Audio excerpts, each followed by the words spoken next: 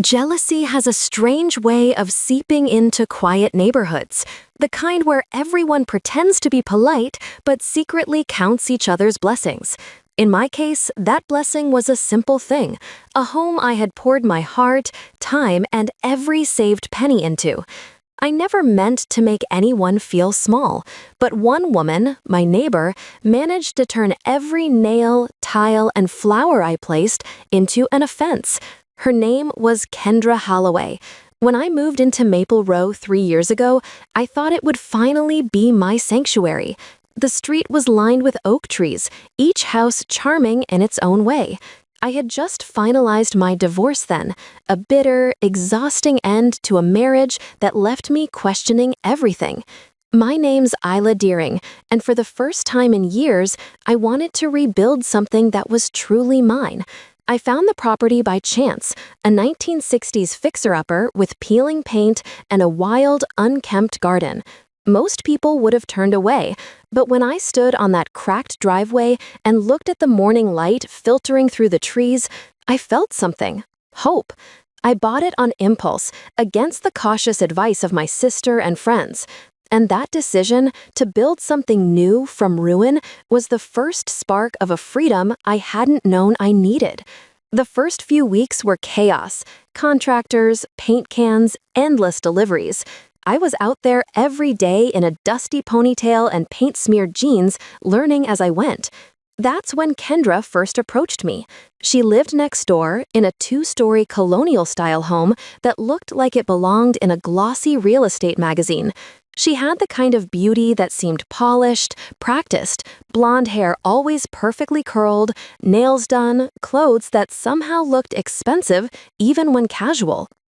"You must be the new neighbor," she said one morning, resting her manicured hands on the fence between our yards. "I'm Kendra. We've lived here for almost 7 years now." "Nice to meet you," I said, brushing dirt off my jeans. "I'm Isla."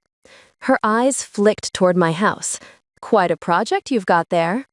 "Yeah," I laughed lightly. "She's a bit of a mess, but she's mine." Kendra smiled, the kind of smile that didn't reach her eyes. "Well, if you need any advice on how to keep the property values up, I've got plenty of experience." I thought she was joking. She wasn't. That was the start of it. Small, cutting remarks disguised as neighborly advice. She'd stop by when I was repainting the shutters. "You're sure about that shade of blue? It's very bold." Or when the landscapers came to dig up the overgrown lawn. "You don't think that's too modern for the neighborhood, do you?" I brushed it off at first. Some people just liked control. But after a while, it became clear that Kendra's interest in my house wasn't friendly. It was obsessive. She watched every delivery truck that arrived, every improvement I made. When the new stone walkway was installed, she commented on it within the hour. When I replaced my old wooden fence, she complained that it made her side look dated. And then, after I finally finished the renovations, something shifted. Suddenly, her tone changed. "Your place turned out nice," she said one afternoon, her lips pressed in a thin smile. "Almost too nice. You're making the rest of us look bad." I laughed awkwardly, unsure if it was a joke. "I wasn't trying to." "Oh, I'm sure," she interrupted. "But you know how people talk. Some might think you're showing off." That was the first time I realized she didn't just dislike me, she resented me. And it only got worse. I started getting strange looks from other neighbors at community gatherings. Someone had apparently told them I was flipping the house for profit, that I was bragging about my upgrades. I hadn't said any of that, but it was easy to guess who had. Still, I kept my distance, telling myself it wasn't worth the drama. But the universe, it seemed, had other plans. It was a warm Saturday afternoon a few weeks later when I met her husband, Graham Holloway. He was in his mid-40s, fit, quiet, the kind of man who looked perpetually tired of his wife's chatter. I was pruning the rose bushes along the shared fence when he stopped to say hello. "You've done a lot with this place," he said, leaning over the fence. "Kendra told me it was a wreck when you bought it." "That's one way to put it," I said, smiling. "It's been a labor of love." "Well, it shows." I was actually wondering, who did your landscaping? We've been thinking of redoing ours, and whatever you did, it looks incredible. I hesitated. I could already imagine how Kendra would react if she knew her husband was complimenting me. Oh, just a local team I work with, I said casually. They were great. He handed me his card. Would you mind sharing their info? Maybe you could even give us some design ideas. Clearly, you've got an eye for it. I took the card, promising to send the details later, but the idea stuck with me. A few days later, I received an email from Graham. He wanted to hire me privately, not just to connect him with the landscapers, but to design the new look for their yard myself. Kendra can be particular, he wrote, but I trust your taste. Don't tell her yet. I want it to be a surprise. I stared at the message for a long time. Part of me wanted to refuse. This was asking for trouble. But another part of me, the part that was still tired of Kendra's constant superiority, couldn't resist. I agreed. We worked quietly for weeks. I designed a simple, elegant plan, modern stone paths, a mix of flowering shrubs, and minimalist lighting. Graham approved everything immediately, saying he wanted to surprise his wife for their anniversary. The irony wasn't lost on me. The woman who accused me of showing off would soon be boasting about my work in her own yard. When the project was finally completed, it looked stunning. Even I was impressed.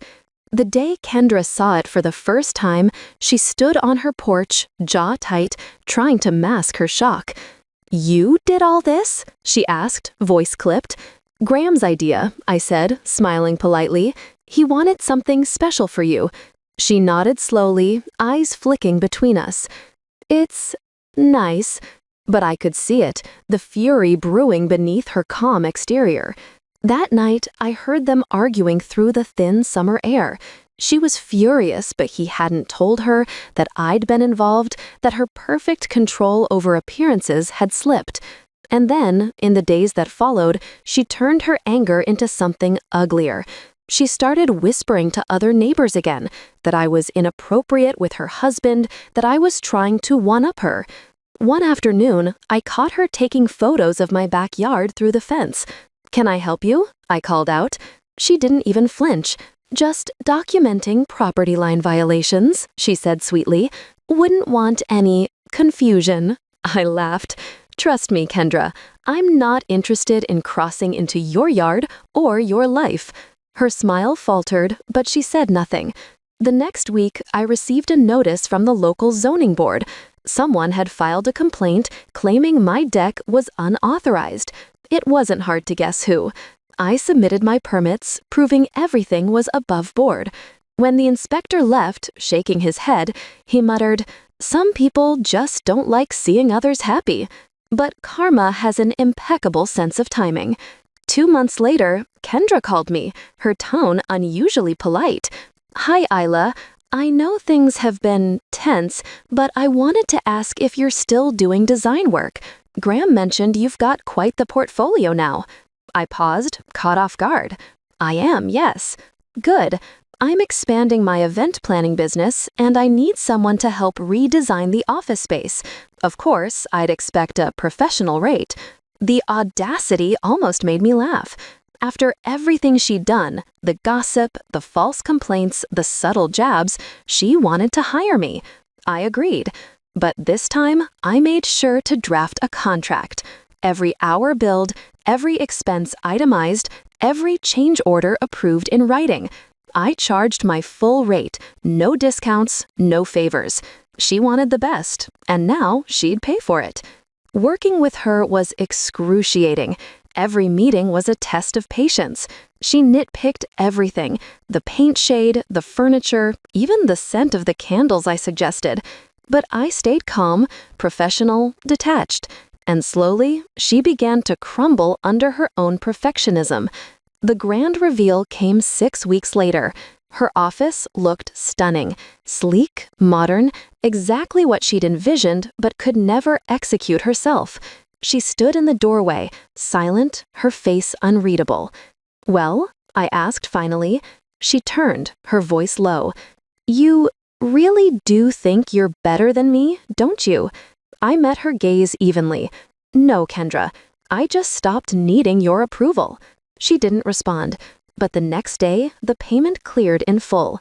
Months later, I heard through the neighborhood grapevine that her marriage had quietly unraveled. Rumors of Graham's new job out of state, her insistence on staying behind. I didn't pry. Life has a way of evening things out. As for me, the business took off. Word spread fast about my design work, and I started getting clients from across the city.